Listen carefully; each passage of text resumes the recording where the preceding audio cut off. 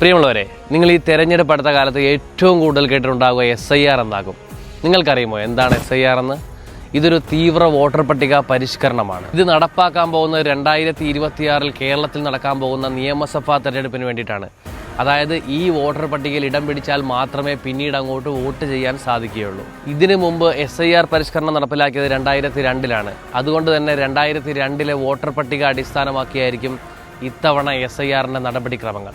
2026-ലെ voter പട്ടികയിൽ നിങ്ങളുടെ പേരുണ്ടോ എന്ന് ഉറപ്പാക്കാൻ 2002-ലെ വോട്ടർ പട്ടികയിൽ നിങ്ങളുടെയോ നിങ്ങളുടെ മാതാപിതാക്കളുടെയോ ബന്ധുക്കളുടെയോ പേരുണ്ടോ എന്ന് പരിശോധിക്കുക. 2002-ലെ വോട്ടർ പട്ടികയിൽ പേരില്ലാത്തവർ ബന്ധുക്കളുടെ വിവരങ്ങളും ഇന്ത്യൻ പൗരനും തെളിയിക്കുന്ന സർട്ടിഫിക്കറ്റുകളും സമർപ്പിച്ചാൽ മതിയാകും.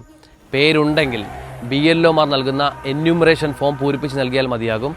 ഈ BLOമാർ നൽകുന്ന രസീത് സൂക്ഷിച്ചു വെക്കുകയും വേണം. ഓൺലൈനായും ഫോം അപ്ലൈ ചെയ്യാനുള്ള അവസരം പ്രവാസികൾക്കായി ഒരുക്കുമെന്ന് ഇലക്ഷൻ കമ്മീഷൻ പറയപ്പെടുന്നുണ്ട്. പിന്നീട് ഡിസംബർ 9-ന് കരട് വോട്ടർ പട്ടിക പ്രസിദ്ധീകരിക്കും. ഇതിനുശേഷം ജനുവരി 8 വരെ നിങ്ങൾക്ക് എന്തെങ്കിലും പരാതി ഉണ്ടെങ്കിൽ പരാതിപ്പെടാനുള്ള അവസരമുണ്ട്.